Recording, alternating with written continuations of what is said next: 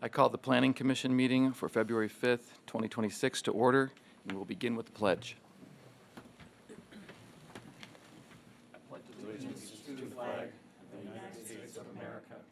And to the republic for which it stands, one nation, under God, indivisible, with liberty and justice for all.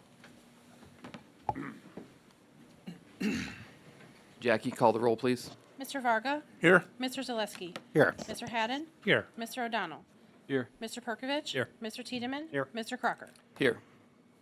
I will entertain a motion for the approval of the minutes from the regular meeting, January 15th, 2026. So moved. Second. Jackie, call the roll. Mr. Varga? Yes. Mr. Zaleski? Yes. Mr. Haddon? Yes. Mr. O'Donnell? Yes. Mr. Perkovich? Yes. Mr. Tiedemann? Yes. Mr. Crocker? Yes. On tonight's agenda, we have 4 public hearings. For each one, we will follow this format. First, the applicant will present their plans and explain what they would like to do at a particular location. Second, we will hear from anyone who wishes to speak in favor of the proposal. Finally, we will hear from anyone who wishes to speak in opposition. Also, if there's any general questions, we'll do our best to get those answered for you. And with that in mind, our first conditional use permit is to allow a recreational facility at 7564 Tyler Boulevard, Unit A. I need a motion to remove this from the table. So moved. Second. Jackie, call the roll. Mr. Varga? Yes. Mr. Zaleski? Yes. Mr. Haddon? Yes. Mr. O'Donnell? Yes. Mr. Perkovich? Yes. Mr. Tiedemann? Yes. Mr. Crocker? Yes. Is that applicant here? Yes. Would you please come up to the podium and give us your name and address? The name is Anthony Sokolowski. The address is 7564 Unit A, Tyler Boulevard, Mentor 44060. Okay.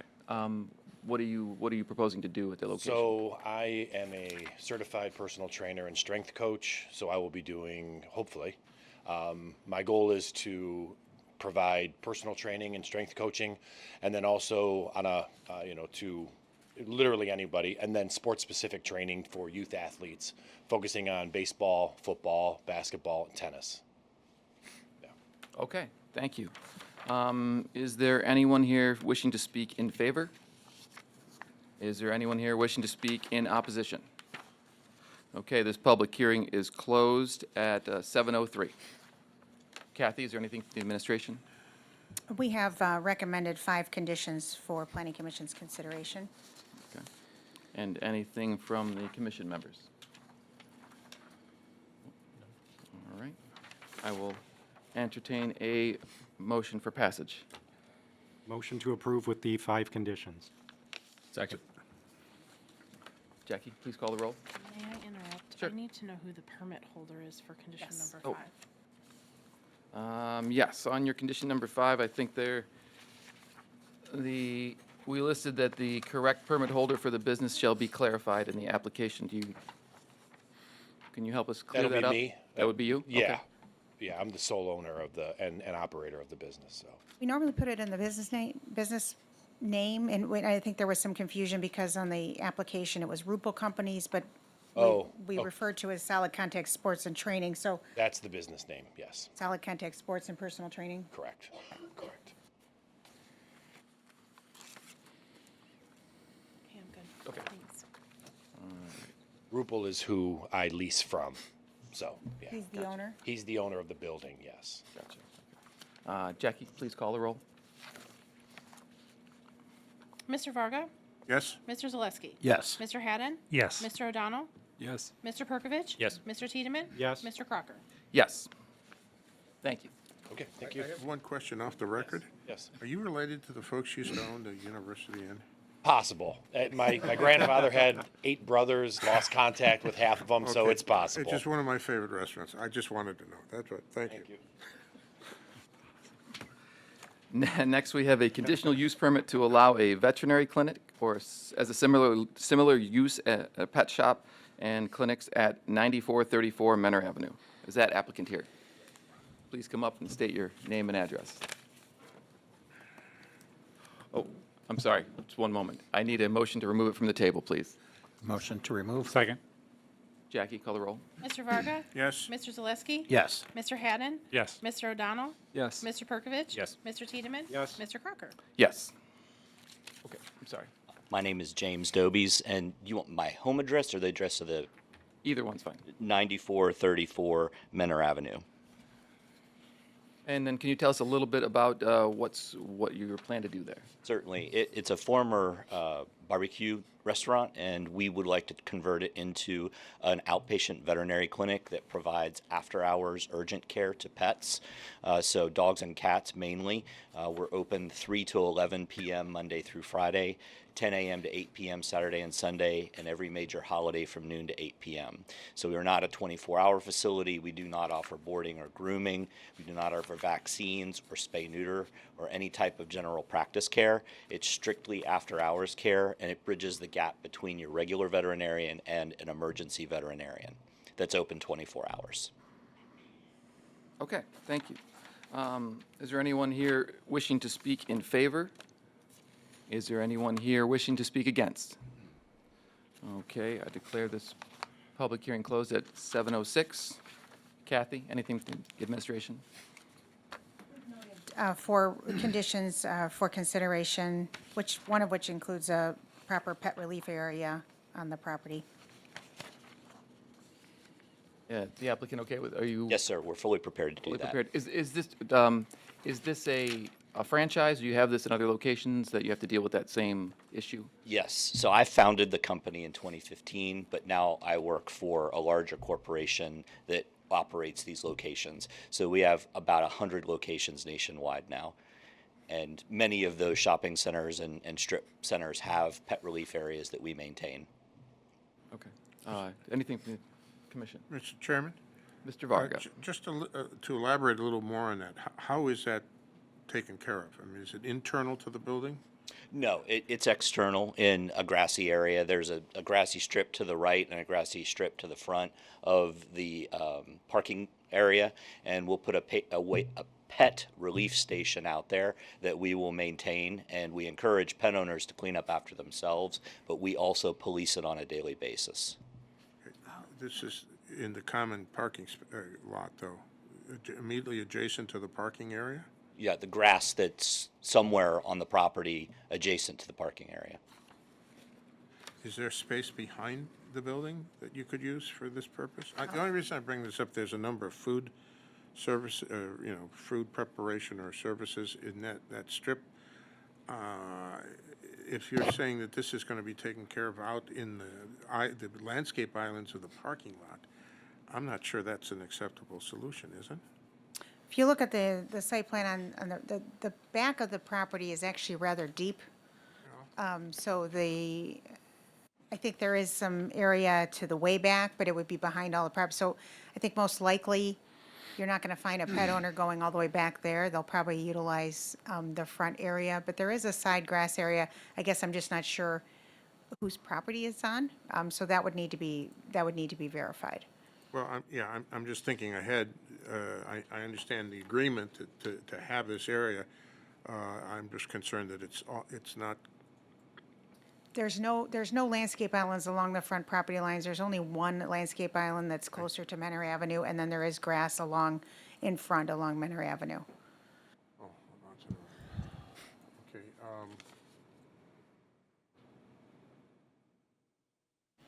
You can see that. There is some grass there. This is the building? Yes, that's the building. Well, I so think I'm- it's the one her arrow is on. Yeah. So just give me a head, where do you think that's going to be, this relief area, relative to the building? Well, two things. One, we would work directly with the property owner to determine what the best location would be for that. And to the lady's point, we want it to be adjacent to the parking area where the pet owners are parking. Because if we place it in a place that's not convenient, it's unlikely that they would utilize that, and then there could be a problem. So, And I'm not trying to cause a problem by asking this question, but when I look at the situation, there's nothing but a double-loaded parking lot in front, and there is a area out by the street, but that's probably in the right-of-way. Oh, in the right-of-way. Thank you. I'm just thinking, how is this going to get resolved? I mean, Well, I'm not against it. I just, We can certainly work with the applicant. I think we had a very similar situation with the most recent pet, urgent vet pet, which was proposed in the Malleys.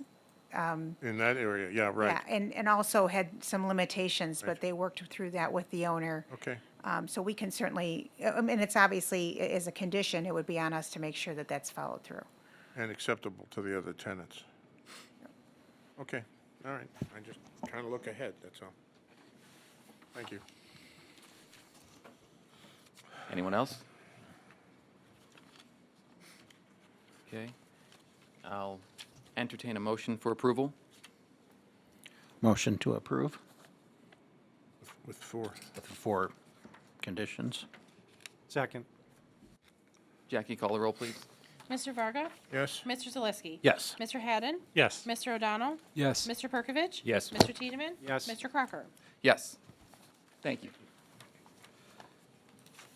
Next, under old business, we have a conditional use permit to allow the sales and service of golf carts and trailers, ATVs, and yard equipment. And what about number 3? Oh, I'm so sorry. I apologize.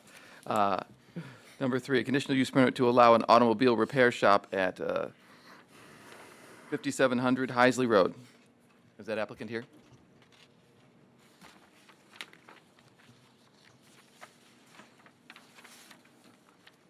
Give us your name and address. My name's Tom Paul with Paul Architects. It's P.O. Box 377, Chardon, Ohio. And can you tell us a little bit about what you're doing at the location? So my clients who own the building, it's existing, they are going to maintain the building as the use of it is. They're not changing the size of it, the look of it, the square footage or height. They're going to maintain all the spaces that are existing in there, and it's going to stay as an auto repair shop. Okay, okay. Is there anyone here wishing to speak in favor of this proposal? Is there anyone here wishing to speak against this proposal? I close the public hearing at, we have one email was sent in from a David Kastner of 5711 Heisley Road, and it was a supportive, we are supportive of this conditional use permit at 5700 Heisley Road, but only for its specific use as an automobile shop with no other uses. Okay. And I close the public hearing portion at 7:13. Kathy, anything from the administration? We have a number of conditions. It would be helpful if we could talk about, maybe the applicant could speak to some of the recommendations with regard to the access. This is a right-in, right-out only. That is what it has been in the past, and the administration feels strongly that it needs to be maintained that way. And so there's also the recommendation that appropriate curving and pavement markings be adjusted to reflect that, as if, right now, there's 2 access drives, and we are recommending that maybe even eliminating the one access drive closer to the off-ramp there that Kayla has her arrow on, just to eliminate the confusion. But maybe they could speak to that or respond to that recommendation, because there is going to need to be further coordination with the engineering department on that, as well as the existence of some storage that's on site that we need to make sure is removed. Could you give us your name and address, please? Ramona Dudeiras. Could you get into the microphone? Sorry. Ramona Dudeiras. Okay. And Could the you- address Could you spell 57. that, please? Ramune. And the last name is Dudaitis. Okay. And the address 5700 Heisley Road. Thank you. And if you could address a few of the concerns from the administration? So, as far as the in and out with the 2 drives, I haven't spoken. Get into the microphone. I'm sorry, you got to speak right into it. Thanks. As far as the in and out of the drives, I mean, I just came on and, was made aware of everything going on. I don't see any problem with that, but I'll talk to, the owners about it, and she can speak if she's feels strongly about it one way or another. One of the things is they're saying if you get rid of the drive that's closest to 2, it kind of sort of gives you more of a controlled access in and out, right in, right out at the one drive. And it also, you know, in turn also gives you a little bit more options for how you're going to stripe the thing and put some parking in as well. It helps control things a little bit. I mean, it's a recommendation. It's not. We can look into that, of course. These are proposed conditions that need to be followed. Okay. So this is, So we have to eliminate that? yes. Kathy? Well, you can modify the recommended condition however you feel appropriate, but we're encouraging that further discussions happen with the engineering department with regard to appropriate access points and that redesign. It doesn't have to be elaborate, but it does have to be evaluated. And we do want an updated parking plan to reflect those changes, and those can be submitted to the administration for further review with planning and engineering. So the yes or no doesn't have to be determined today. It's just something that we can get more conversation on with the engineering department because it was a recommendation, or is that something that has to be decided right now? It's pretty much something that we are going to have to decide and work Right. through right now, yes.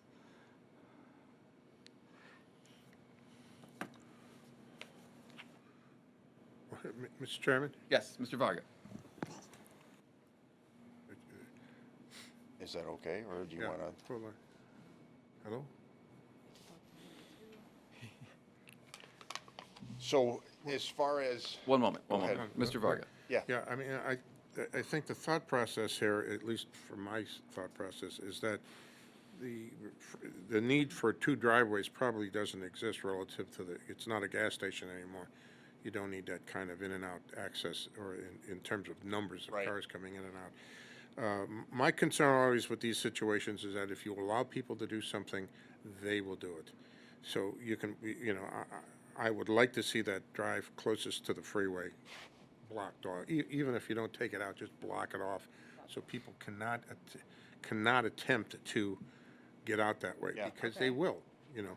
And you can't turn left out of that facility. No. You got 4 lanes of traffic going. It'll cost. I mean, the Oh, I reason agree. we're Yeah, I talking know. about this is because we're eliminating a problem, Right. that could exist. And so, if you're down to one access point, right in, right out, and maybe our famous pork chop.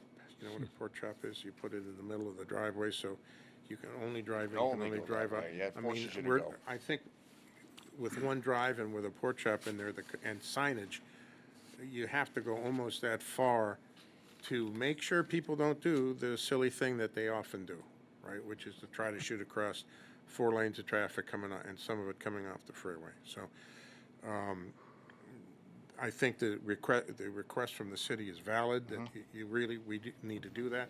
I don't know, are we going to dictate, Kathy, do you need us to talk about one driveway and the pork chop as a condition?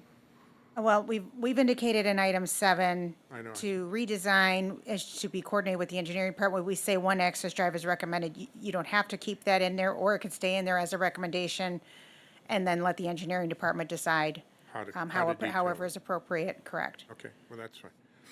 Would that be acceptable, Yeah. moving forward in that way? Yeah. Okay. Any other questions from the commission members? Mr. Chairman, Yes, Mr. Donald? so I see that one of the proposed conditions requires all repair work and vehicle storage to occur indoors.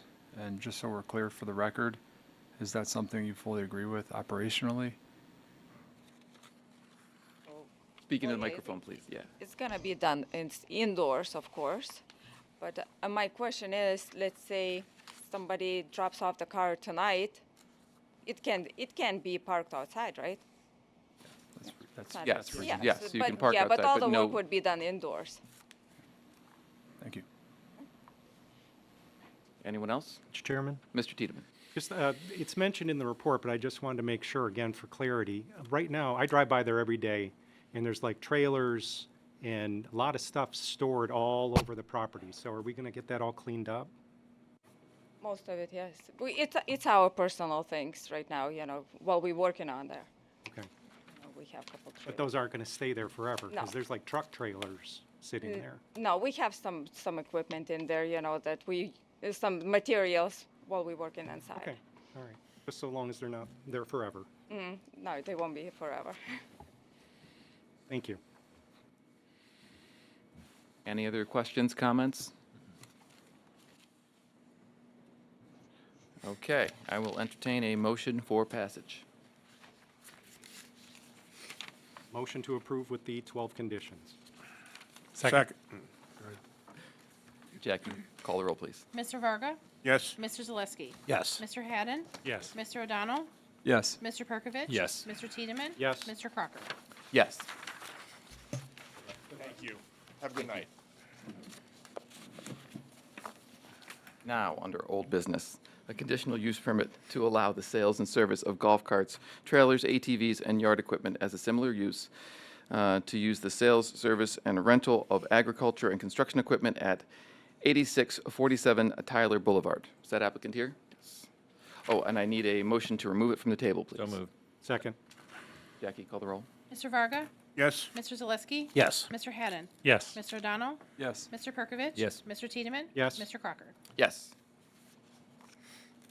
Can you give us your name and address? Yeah, my name is, excuse me, Rick Pettifer, 8647 Tyler Boulevard. And would you tell us a little bit about, I know you were here last time, but maybe what we've changed and worked on since last time? Okay, so the last time we were here, we got tabled and the commission urged us to meet with the administration. And we did in fact meet with Mr. City Manager and your planning director.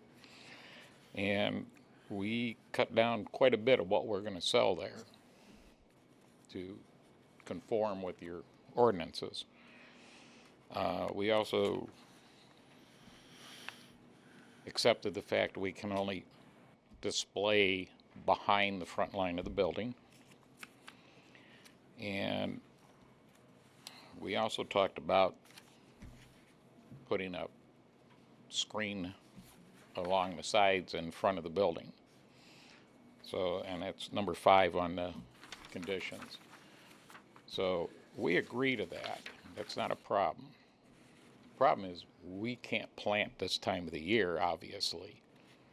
So I had a conversation with the planning director earlier in the week, and we agreed that we would work out a definitive timeline to get that done, because obviously that picture in itself just kind of tells the whole story.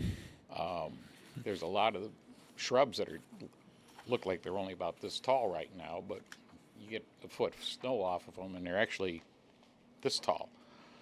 So we agree to work with the agricultural architect from the city. One of the questions I did raise when I was talking with the planning director is, how long is it going to set back our occupancy permit? Can we get that next week? Or do we have to wait till that's planted? I will get some answers for you, but I need to get through, is there anyone here wishing to speak in favor of this? The hearing was closed. No? The Oh, hearing I'm was sorry. closed. Okay, sorry. So then Kathy? Well, I certainly confirm everything that Mr. Pettifer indicated. We did meet with him last week and kind of worked through the items, which is why the conditions have been, are very specific. And we would recommend to adding to item 5, a date of by June of 2026 to have the landscaping in place. I believe that's doable. Is that acceptable? Yeah, that's Okay. We had pretty much decided that in our conversation on the phone. But my question is, do we have to stay out of the building until that's done, or can we get in there? Because if we got to wait till June, our season's over. Kathy? Well, I can certainly defer to the law director in terms of the timing of the effectiveness of the CUP, but he doesn't have to wait till June to get into the building, for sure. Well, we need an occupancy permit to be able to do business. Mr. Zeman? Not a problem. Not a problem. Not a problem, okay. No. So Now- we can now- just, It becomes a problem if you don't do it by June. Oh, no. No, we fully intend to. That would then violate the terms of the CUP, and you could be brought in for enforcement purposes, including revocation of the CUP. So Sure, we understand that. it does not affect a building occupancy unless, the commission were to place some type of a condition, use shall not commence until the vegetation is planted. It would have to be something of that nature that would sort of override how we would normally approach this matter. Thank you. Thank you. Any questions from the commission members? No, I'd just like to reiterate, yes, you go about your project, open your business. As long as you're planted by the agreed date, We fully understand someone will that. come out and inspect it, and you'll be good to go. Yeah, well, and again, I had a conversation with her, and we pretty much got on the same page, so. Okay. Are we good? Good. Okay. I will entertain a motion for passage. Motion to approve with the 8 conditions, with number 5 being modified to say by June 2026. Second. Jackie, call the roll, please. Mr. Varga? Yes. Mr. Zaneski? Yes. Mr. Haddon? Yes. Mr. O'Donnell? Yes. Mr. Perkovich? Yes. Mr. Tiedemann? Yes. Mr. Crocker? Yes. Thank you. Thank you very much. Thank you. Have a good evening. You too. Thank you. Okay, next, under new business, we have an architectural review of a commercial building, Crazy Bins, at 7723 Menor Avenue. Haven't seen the sky that blue in quite a while. Please give us your name and address and tell us. My name is Noah Levitt. I'm the owner of Crazy Bins at 7723 Mentor Avenue. Okay. Tell us a little bit about what you want to do there. Sure. So the facade behind where the sign is going was 8 years ago. Toys R Us went out of business, and they had a bright blue old facade there that was rotten and decaying.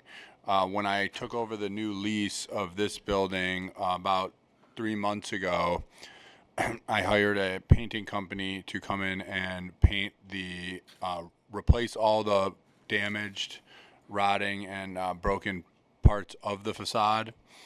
Unfortunately, I didn't know that would be considered part of the sign. Our sign is actually going through the planning committee right now. It's been sent through and ready to be put up. But once I did the painting, I was told that the facade could be looked upon as part of the sign, so that I would need to present it to the planning commission and the architectural board.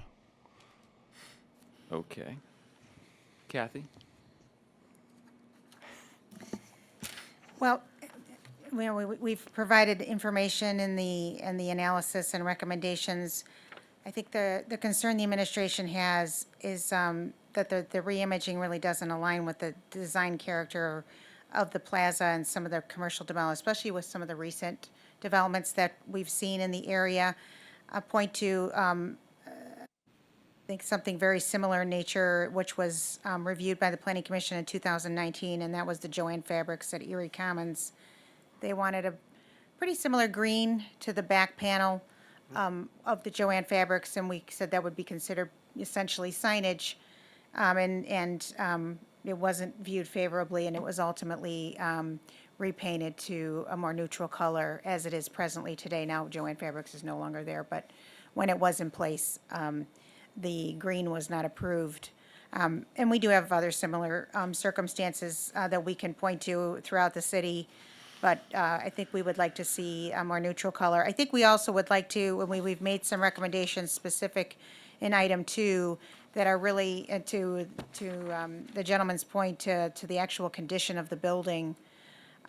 Taking this opportunity with 2 new tenants going into this location, that the building exterior is extremely tired and it needs some TLC.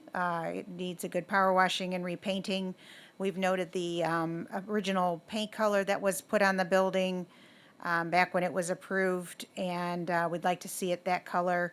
Also, within the parking lot itself, there's missing and damaged light poles that they would like to see reinstalled, and some landscaping that should be readdressed, replanted, and refreshed. And again, that's a property owner issue, but it's on both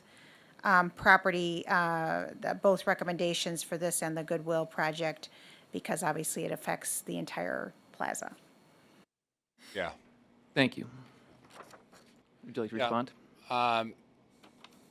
Yeah. I mean, I wish I would have known that that would be considered part of the sign. You know, we aren't Joann Fabrics. You know, we didn't have 100 or 200 stores, so we are a small business. I paid over $13,000 to have the thing painted, so to take that into consideration, I'll probably have to pay another 10 to 13 to get that green covered and put a white paint up on it. Anything from the commission members? Questions, comments? Well, Mr. Chairman. Mr. Zaleski. Interesting point. I actually used to work in that building. I actually helped Toys R Us close. But yeah, I know the parking lot.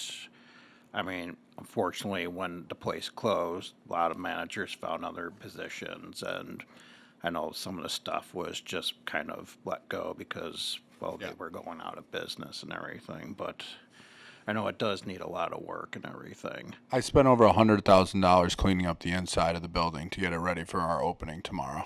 I believe it. Yeah. Yeah. But yeah, I know like the light poles, like the administration was saying some of the landscaping, so. Yeah, I have a good relationship with the owner of the building as well, but I definitely have been pushing him specifically on the lighting and the parking lot. Mr. Chairman? Yes, I Mr. have- Varga. I have a question for Kathy.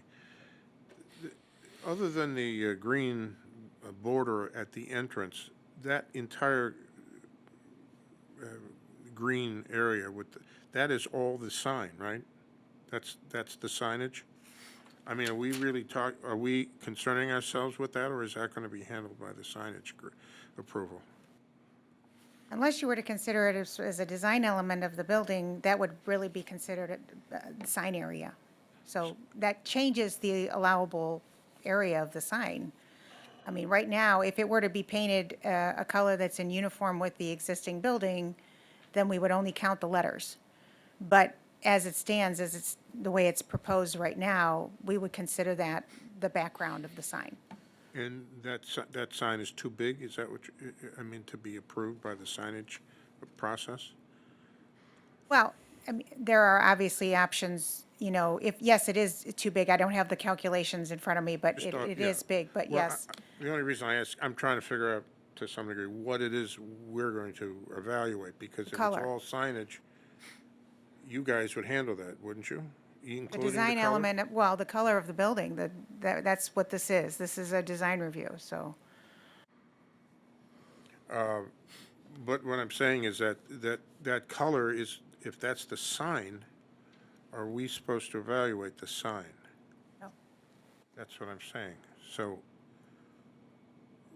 I was told that it was to ask the architecture board to approve the color of the sign, not the actual sign. I mean, I don't have a problem doing it. I just want to make sure we're covering the right scope, that's all. Mr. Zeman, would you like to weigh in on this? Sure. By way of background, the sign code was drafted to address, I don't want to call them loopholes, but certainly some applications that were problematic, one of which was by taking copy and a raised lettering such as this and putting it over an area of a wall where the background of the wall has been differentiated from the building, as you're seeing here, in a luminescent green or red or whatever, to the exclusion of any other finished material or color application to the rest of the building. Well, you got yourself a billboard. That was the issue of it.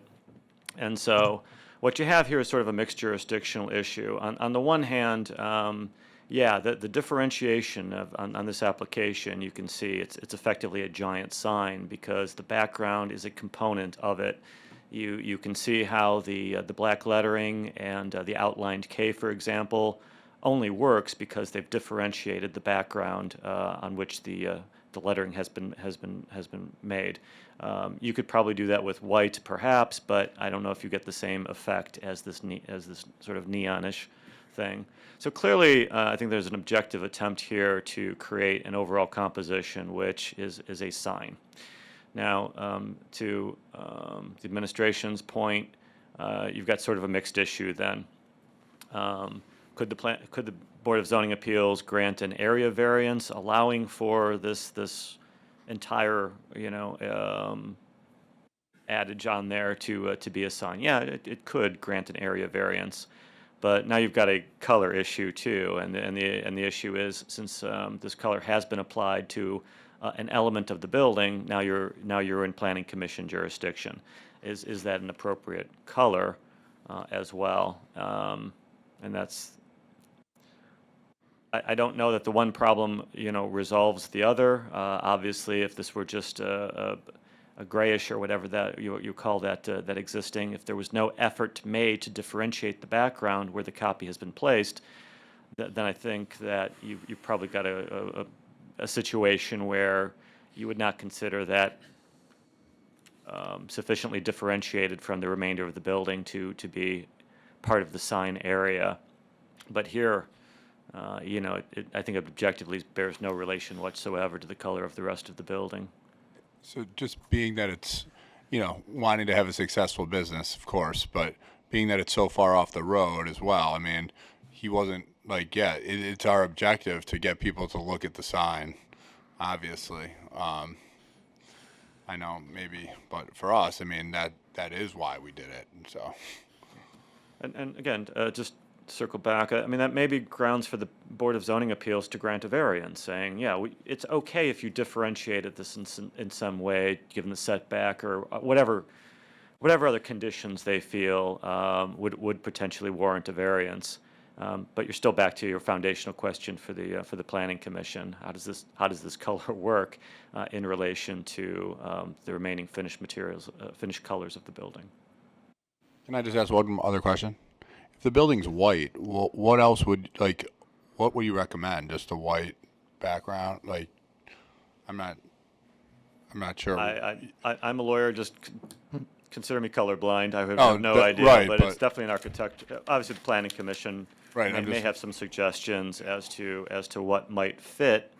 And then there is an administrative question then as to whether or not they would still opine that a changed color would still fall within a background that would be part of the composition of the sign itself.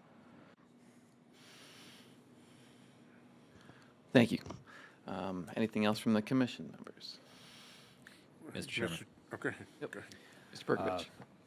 Relating to this, I think proposed condition number 2 hints about this. If the building exterior was repainted in this, let's call it the background of this Crazy Bin logo, is that it's called ancestral light gray here, which is I think the top cornice original color. That becomes whole again with the rest of the building, especially when you consider the Goodwill that's going next to it, where that has to fit in as well. And if I'm correct, the Crazy Bin's logo is black, just the K has that Dayglow color. The green is our color. Right, but it's just the K. Well, the rest of the letters not typically. necessarily. It's the way we put it on the sign, but right. Typically it's green and black. Right. If we were looking at a ancestral light gray building and it was only the K that was that Dayglow color, that's a big difference between what's there now. Can I ask though, if we would have left the bright blue decaying Toys R Us sign that was blue up there and just put our sign up, would it have been an architectural issue on that if that was still like that? I would say it would depend on the state of the paint that was up there. If it was in disrepair, we'd have you repaint it for sure. Yeah. Oh, and Mr. Chairman? Yes, Mr. Zeno. I want to age myself more than I already am, but that may have been pre-existing to the current sign code as well. I can't remember the last time. It doesn't look like it's ever been painted, frankly. One of the things that have been done too in the past is to sort of squeeze the background where, in other words, if I'm sorry, if the could put the current Crazy Bins sign back up, and you could see how the neon green sort of goes to the edges of that whatever you call that element that's on the front of the building, squeezing it in so that you have a more normal, so that it's rather than painting that entire element. I think in the past there was some effort, and I'm speaking specifically to the BZA, where that neon wouldn't have gone to each the four corners of that architectural element. It would have just been really in close proximity to enclose the actual copy, the Crazy Bins copy, and this way you've got whatever white or gray, whatever that color is, over the remainder of the surface. And so then they've looked at that total area, both the copy and the background, as the area that was pertinent for purposes of the sign, and whether or not a variance is even warranted. So we've seen that previously as well, to try to bring it more in conformity with the sign code as well as architectural and review. Okay, thank you. Anything else from the commission members? Mr. Chairman, Mr. Varga. I agree with what Mr. Zeman has said. If you treated that surface more like the rest of the building, and then just identify the area in which the signage, and still use that color. I know you want to use that color, but it becomes only a sign now and not the fascia of the building. Yeah.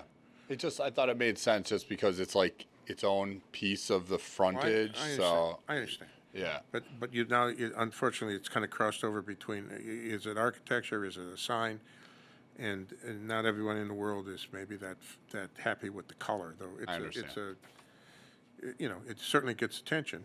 I mean, I understand that. That's the point. So I would suggest that if you just reduce the green field to what was necessary to encapsulate the letters, and painted the rest of the fascia, the upper fascia of the building, I think that would be acceptable. Would that be acceptable, at least to the city?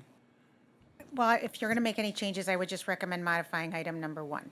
So if you take a look at the wording in item number 1, it just says to be repainting all of the lime green color. So if you want to be more specific with relation to the sign, and make sure that backdrop, which we would consider to be, a parapet, if you will, you should speak to that specifically. Okay, so let's just try to adjust this first condition. Is there a list of the conditions? Sorry, thank you.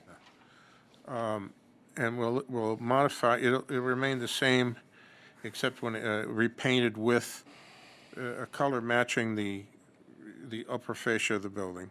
I don't know what that color is, but it's the existing color. And then to the degree that it minimizes the lime color, or whatever that color is. Electric lime color, to minimize it as what's necessary to only encapsulate the letters of the sign. And is that, I'm looking for reaction here. So in essence, you'd be adding a Just to frame. clarify, I think the first condition says everything painted lime green shall be changed. So Right, we're just saying just a sign now, or just. I'm saying just behind the surround of this fascia area, except for what's immediately adjacent to the lettering. Julian, can you tell what they're doing? Because you'll redraw it up for me. Can you kind of understand that? All right. And then the city can review that. And we're not talking about around the entranceway, or we are talking about around the entranceway also? Talk about that. What's your ideas there? Well, they also painted the window frames too. It was all decaying. We replaced it too, okay? I mean, Well, and this is minimum not line to, thing. not to Yeah, belabor, no, I'm not to belabor the point, but this, the problem here is it's already done, so Right. it's awkward to yeah. pick and choose here, you know? I don't, that little bit around the door doesn't bother me. You can't see that from the street. Yeah, I mean, I'm just saying, I understand it's still part of the accent architecturally. It's not the color I would have chosen, but it's there. I don't know. I'm not in a position to pick another color. Mr. Chairman? Yes, Mr. I'm just Tiedemann. going to chime in with what Jeff Please. just said, is if we tone down that sign, because drove by twice today just to see how it would catch my eye, and it caught my eye. Yeah.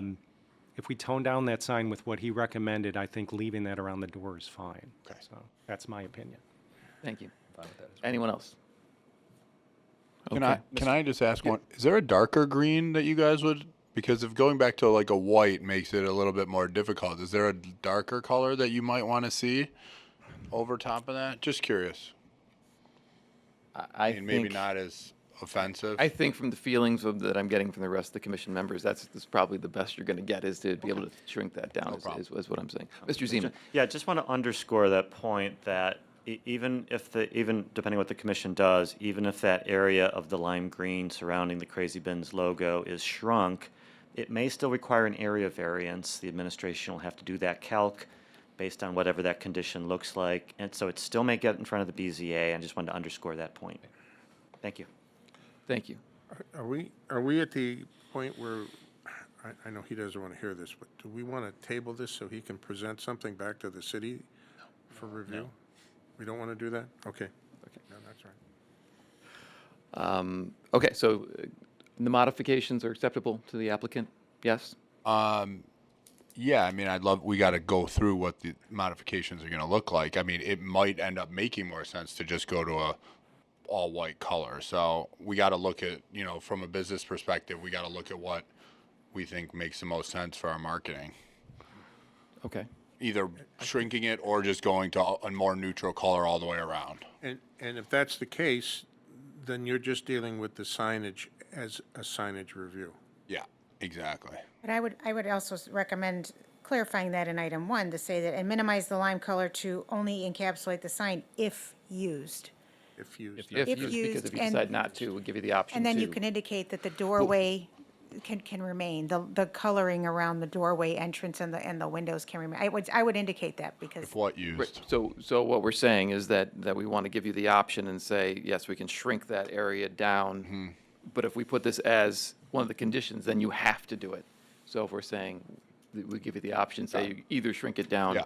or Okay. paint everything a neutral color Okay. behind there, okay? All right, yeah, with that works for us. Okay, Mr. Chairman, yes.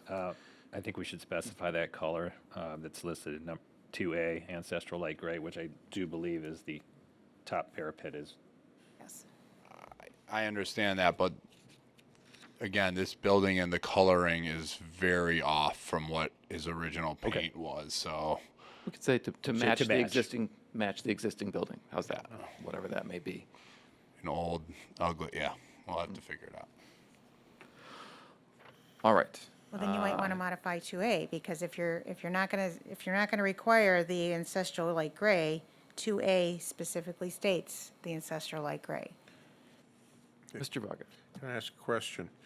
When I look at the elevation, that looks to me to be at least 2 different colors of gray. The upper section is a little darker, the lower section is lighter. Are we speaking about 2 different colors of gray, at the upper one being the darker color? And I don't know which one of those is that. I think the bottom was white. Is that white?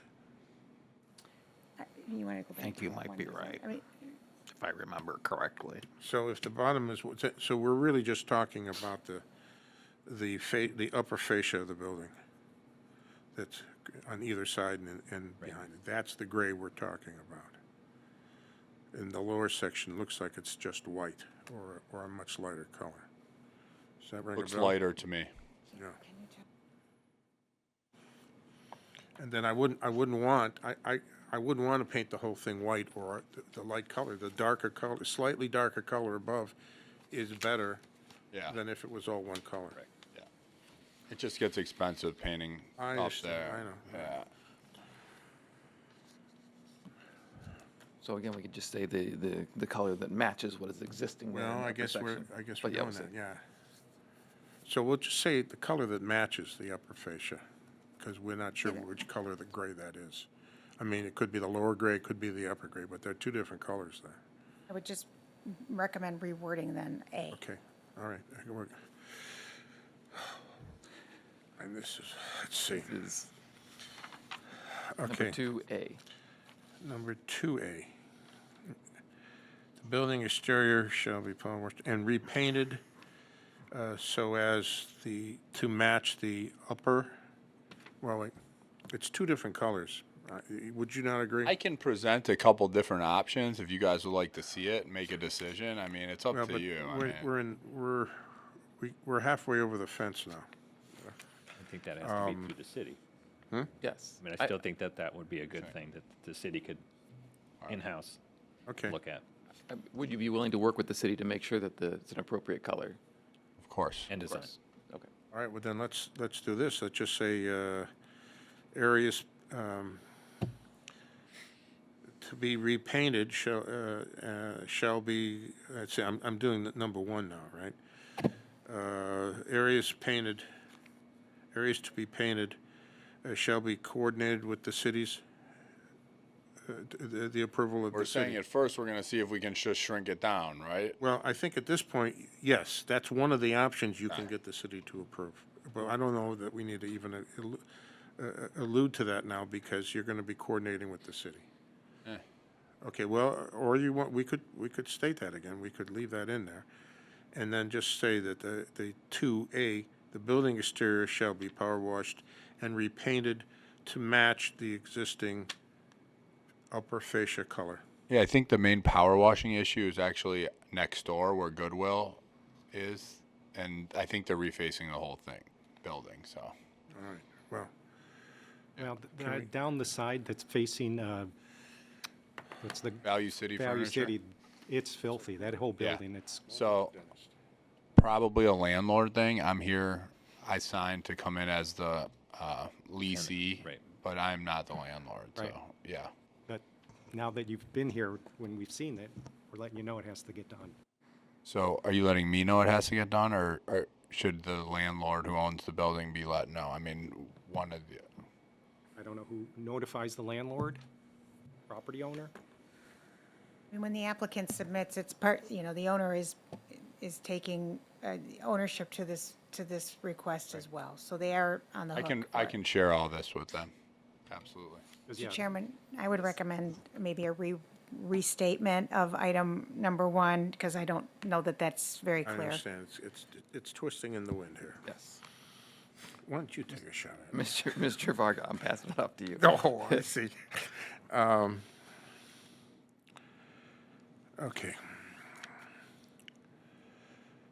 I'm just trying to think how to approach it. Maybe.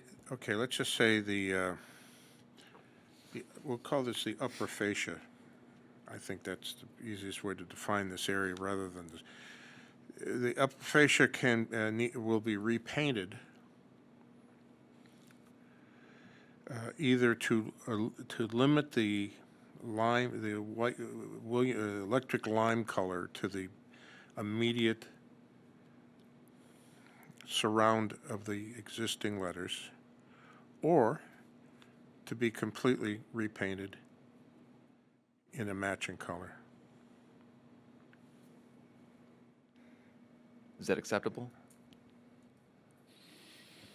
Got it, Jackie. And you will agree to that? I don't believe that I have much of a choice. But you will, two and the coordination will be with the city as to which way you end up going. Okay. Thank you all for your time. Okay, I will need a motion for passage.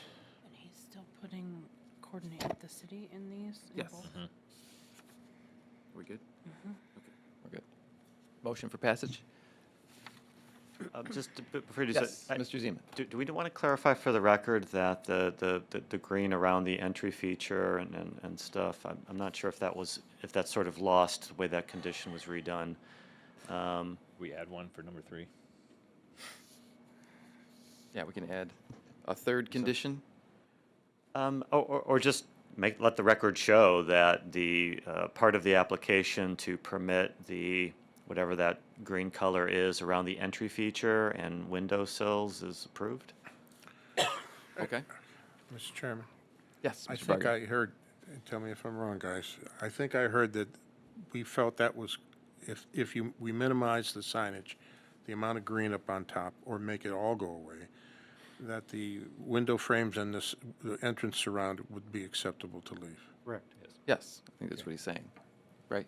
So but you want us to... Somehow okay, the so record let's- record So needs let's to just call reflect that a that. third item. Let's make Yeah. that a third item. That the window frame, the jambs, and the entrance surround can remain the existing color. Okay. So we have a motion for passage? Okay, motion to approve with 3 conditions. The first condition as altered, and the third condition as just explained. Excellent. We have a second? Second. Jackie, call the roll, please. Mr. Varga. Yes. Mr. Zaleski. Yes. Mr. Haddon. Yes. Mr. O'Donnell. Yes. Mr. Perkovich. Yes. Mr. Tiedemann. Yes. Mr. Crocker. Yes. Thank you. Thank you. Thank you. Okay, next we have an architectural review of a commercial building, Goodwill, at 7721 Mentor Avenue. Is that applicant here? Come on up and give us your name and address. Hi, Noah Fairman, 46405 Telegraph Road, Amherst, Ohio. Okay, Noah, you want to tell us a little bit about what you're doing?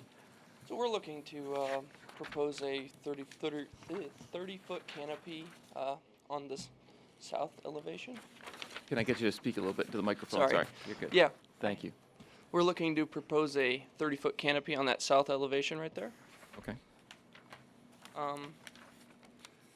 And we see your comments.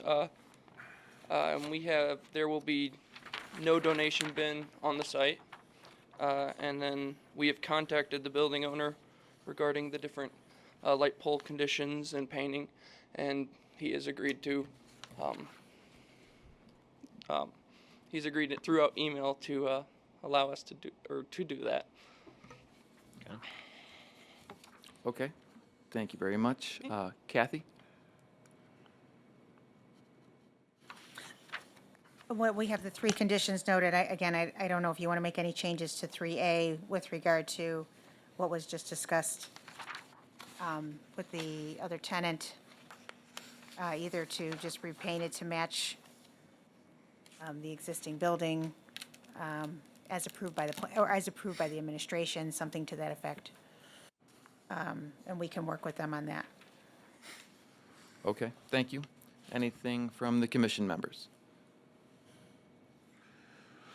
Just a question. Mr. for the Varga. city. Again, we seem to be quoting the same color. Is that the color that it exists right now? That is the color that was on the approved plans.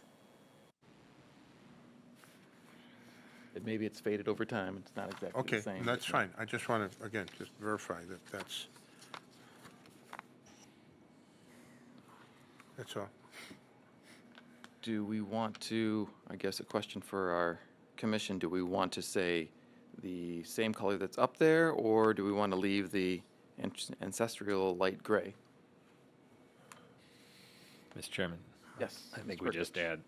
add an addendum to that, just to say or to match existing. Or to match, okay. Right. There you go.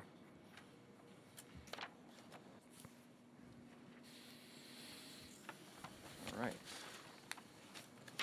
All right, then, anything else? Mr. Chairman? Yes, Ms. Cheatham. For the applicant, just a question. So the canopy's going over the donation doorway, and so walk me through. I have donations. I'm just going to come in there, walk in with them, and get my receipt and leave. Is that what we're doing? Yes. Okay.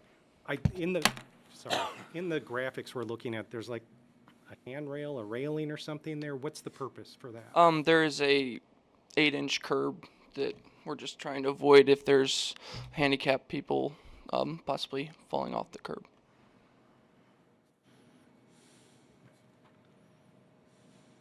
Yeah, and also there's a drive aisle, so just to avoid. Okay, but that's not a bollard, so it's not going to stop a car, I guess. Well, it's not seating. No, it's it's- a Well, walkway. I'm yeah. wondering why it's there, I guess. That's I why think I'm he's asking. saying for safety. probably it's a curb. Okay. Just for safety. Okay. Yeah, for the people walking. Actually gives a little character to the front wall. Okay, that's it. Thanks. Yeah, of course. Anyone else? Right, I will entertain a motion for passage. Motion to approve with the 3 conditions, with 3A being changed to say at the end to match existing color. Second. Jackie, call the roll, please. Mr. Varga? Yes. Mr. Zaleski? Yes. Mr. Haddon? Yes. Mr. O'Donnell? Yes. Mr. Perkovich? Yes. Mr. Tiedemann? Yes. Mr. Parker? Yes. Thank you. Thanks you. very much. Good luck. All right, and next we have a final subdivision plat to create 5 residential lots at 6494 South Cedar Road. Is that applicant here?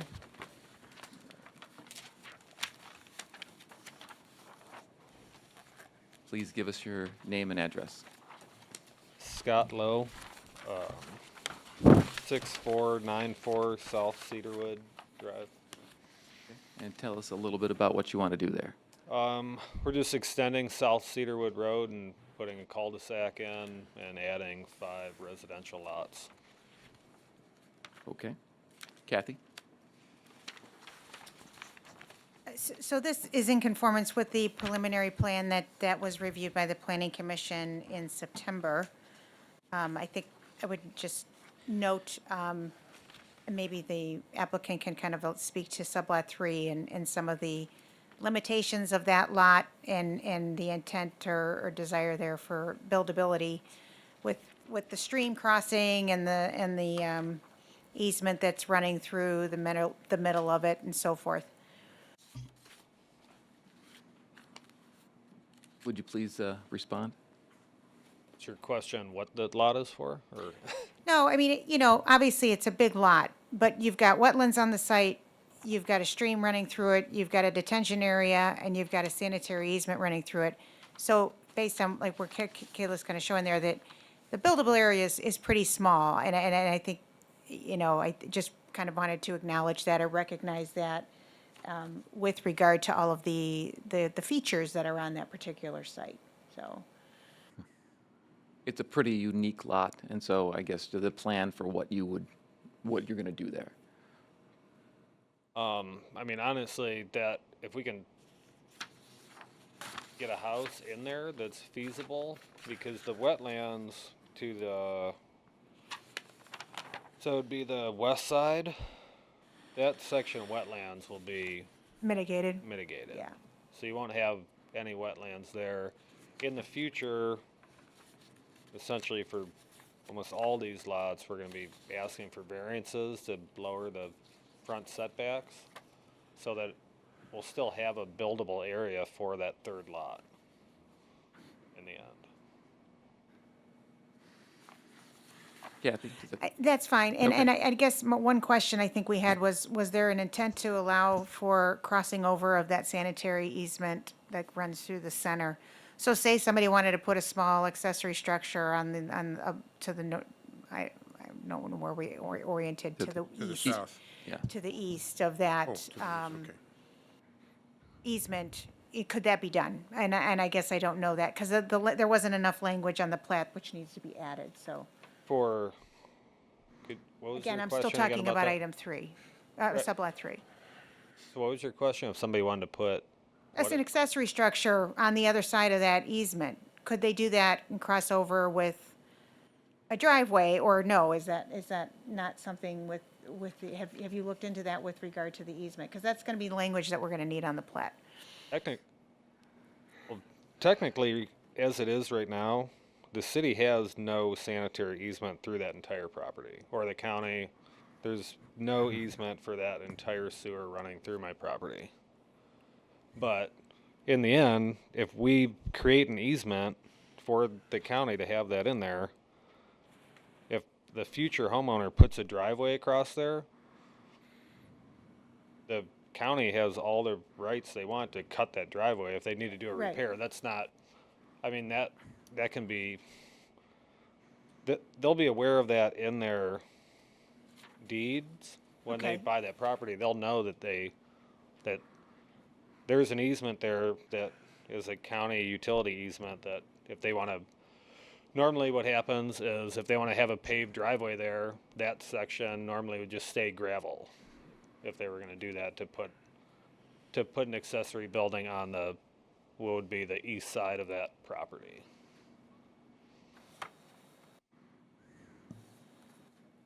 Thank you. Kathy? And I think just to our point, because we contemplated that when we were reviewing this, how all that would work. And normally, that language is defined on the plat, so that should be added to the plat ultimately before it's recorded. In terms of the restrictions, limitations, if there's anything that is with regard to those easements. I'm just making a point that should be added in terms of the language, because there's minimal language on the plat right now. Just for the, see this one verbiage that says like no permanent structure on an easement?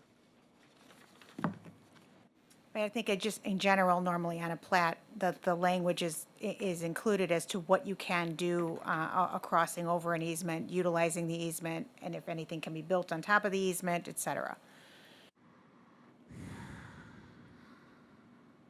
Is that acceptable? Yes. Okay, Yes. thank you. Any questions or comments from the commission members? Mr. Chairman, I have a question. Celeste?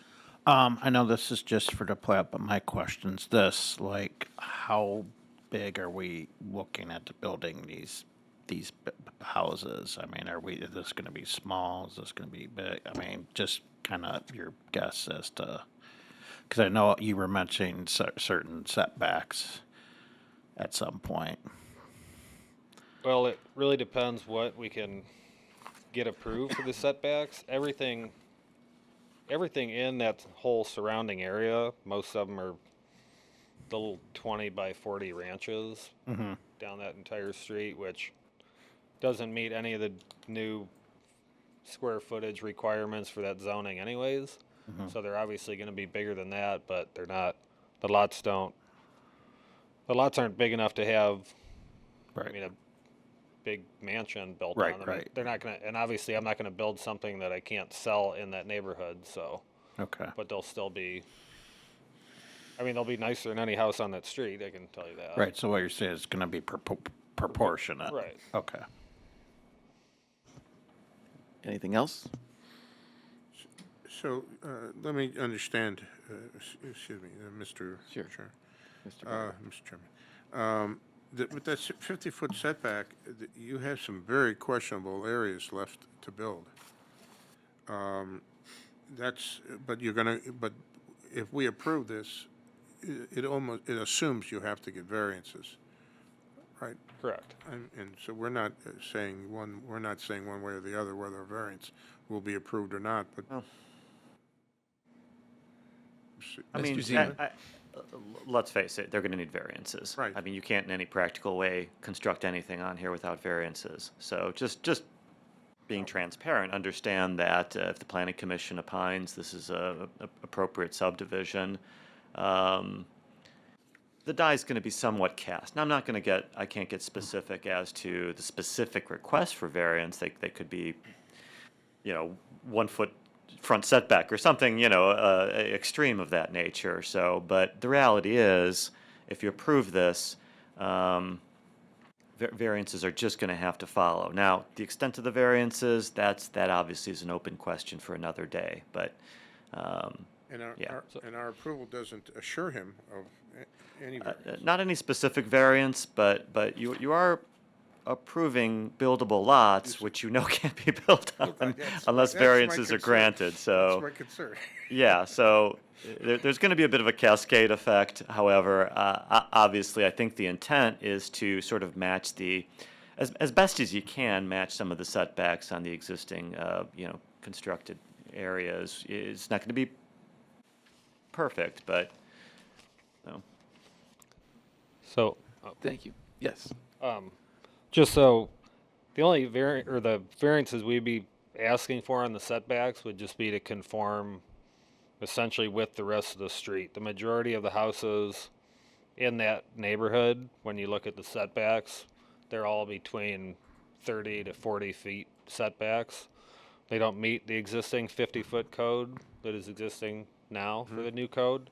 And like Mr. Vargas said, with a 50-foot setback, essentially those lots are unbuildable now, so they have to, we will need the setbacks, but we're not going to ask for a 10-foot setback. We're asking for setbacks that conform with the rest of the road. Something reasonable. Yes. Yes. Right. Understood. I just wanted you to know that Yep. as if we approve this, we're not assuring you of the future, the next step in the process. This Right, is I just this understand. step. Okay, thank you. Any other questions from the commission members? Well, I think it's just important to point out that this is a very challenging piece of property. I mean, it's been attempted to be developed, I believe, 3 other times in the past, 1980, 1992, 2007. And so I think it's very important to point out that this will improve safety on the street. Right now, you have a very long street with no turnaround, so any safety vehicles that come down there just need to literally back up the entire length of the street. So having this cul-de-sac will improve safety for the entire community. So I figured that was a good thing to point out. So, Yes. One question I have on that, which I don't even know if this is a question for you or the engineering. If this does get approved and we go to start construction on that, I guess we're not going to have a road in one day or that cul-de-sac in one day. So I guess I don't know. I don't know what we're going to do with that part. I guess clear as many trees as we can to get some type of turnaround there where guys can get the equipment off the street and off that road. Which I'm not trying to throw a wrench in anything because obviously I want this to get approved, but that's kind of a question for it. I think if the question is staging on the existing road, I can't imagine. That road's like 8 feet wide right there or something. The They'll have to figure out how to get a construction area in there. And as for staging on our existing right-of-way, I don't speak for the administration, but I can't imagine that would be much anything other than a non-starter. Thanks. Okay. I will entertain a motion for passage. Do we not need to add a number 10 for the issues of sublot 3 as far as buildability and making sure it's clarified on the plat that Kathy was referring to? You like that, Kathy? Well, I guess. Or do you think it's in there somewhere? We make a comment under item 1 that the city engineering and building department comments and fire department comments shall be addressed as part of the next submission, because assuming this goes through passage through council, then they'll go through a whole nother stage with the engineering department.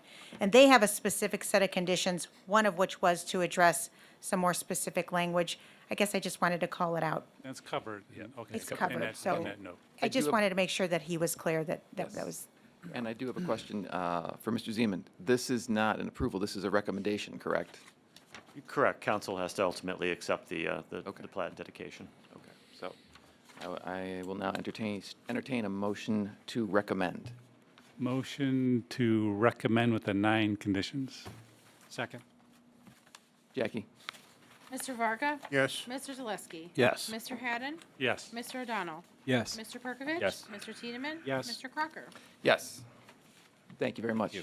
Thank you. Director's report. We actually do have one item, and I promise to be really quick. Okay. we were approached by the Sheets project that's going forward on Heisley and Hendricks. And if you recall, for those that were on the commission at the time, when we were reviewing this, there was a lot of discussion regarding the area that's shaded in green right now, which they called the canoe lane. After much consideration by Sheets, they've decided to actually eliminate that lane and just grass over it. And if you can see on the top there with the two arrows, it says, it's really just going to be a pickup window. So the intent is it's going to require planning on the customer's part to actually, okay, I'm going to order something. They're not going to it's not a drive-up window to order and then have it be ready. It's order ahead of time on your mobile app, and then this is just essentially a pickup window. So they don't need the lengthy lane anymore. And I think, again, that was something we were concerned about from traffic circulation anyway all along. So I just wanted to bring it to your attention that they were removing it and this was going to be grassed over and they were just going to move the clearance bar, as you can see there, and adjust the light poles, but everything else was going to remain the same on site. So it was important to them that you guys knew that they were making that change. And I didn't think it needed to go through a formal approval again, but I just wanted you to be aware of it. I don't think we were a fan of that in the first place. Oh, it's so much better. Right, it's much better, I agree. Now, but that's interesting. Now they have, if you look at the overall development, they have this on the northern end, all this undeveloped land that they're not using. They're not thinking about doing something else with that, are they? We may not know. You're referring to where? Well, where this drive comes out and it's all going to become grass. I mean, there's a large area of this site that's not really being developed. I mean, we're certainly always welcome landscaping. No, I understand. Maybe Yeah. maybe you should push that because Yeah. I don't want to see. Well, I don't know. That driveway doesn't allow them to do much, I guess. But it does help with the in and out. That's Less right there on congestion out there. Heisley. Yes, so- I agree. Yeah, I agree. absolutely. It was goofy. No concerns? No concerns. Okay. Thank you. No. That's all I wanted. Excellent. Okay, I will entertain a motion for adjournment. So moved.